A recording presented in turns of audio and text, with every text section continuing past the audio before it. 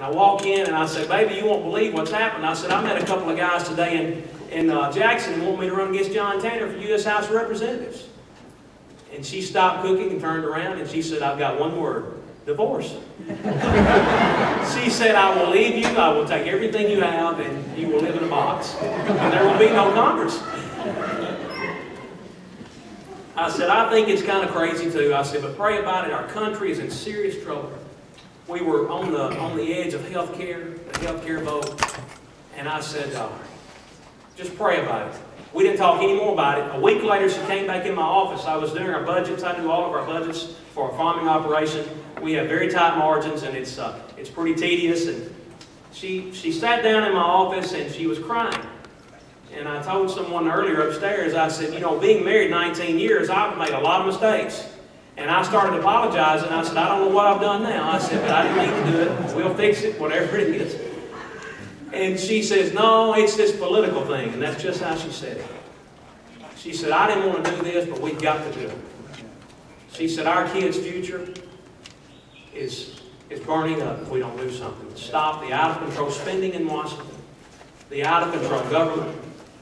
And we've got to try this. And I didn't want to do it, but I know we have to. So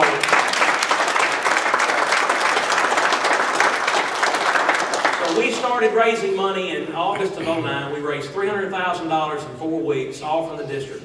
We had raised about $700,000 when Congressman Tanner decided to retire.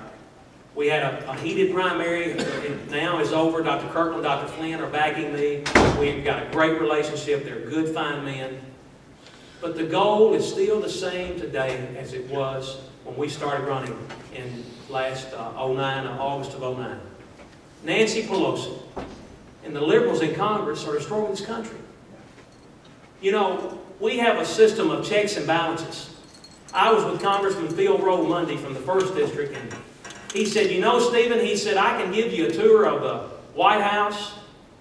He said, I can give you a tour of the Capitol. He said, but we're 40 votes short of getting anything else done. The bottom line is, for almost 2 years, the Democrats have had control of the House, the Senate, and the White House. And they have pushed things like Obamacare, that's going to wreck our system financially, and the healthcare system. They've pushed things like cap and trade, that is going to push us farther into the recession that we're in, that we're coming out of. We just have been dealing with the Bush tax cuts, that they cannot seem to come to a conclusion on whether to reinstate all of the tax cuts, or half of the tax cuts, or who's rich and who's not. Any economist knows that if you raise taxes in a recession or in a down economy, you're not going to improve your outcome coming out of the recession. We've got to reinstate all of those tax cuts. You know, we don't have a revenue problem in this country. We have a spending problem.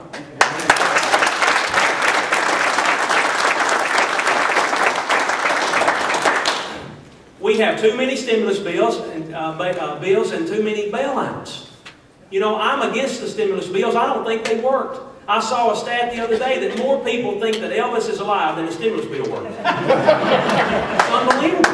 3 times as many people think there are UFOs than the stimulus bill worked. Well, my opponent, Roy Herron, he praised Obama for the stimulus bills. He thinks that's the direction we need to go.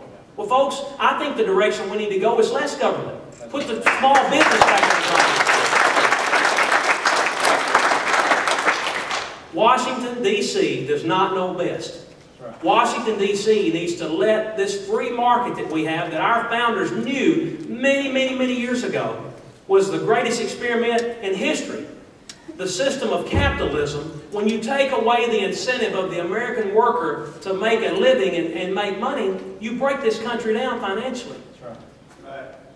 That's what we're facing here. I met Dr. Arthur Laffer about 6 months ago in Nashville. He lives there. He was President Reagan's chief economist. And he looked at me, I sat down, and he said, you're the farmer and frog jump, aren't you? And I said, yes, sir, I am. He said, well, this ain't rocket science, boy.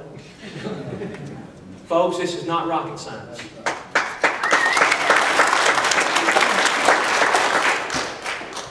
We can move in the direction of more government, Obamacare, cap and trade, you name it, more stimulus bills, more bailouts. less control for the free market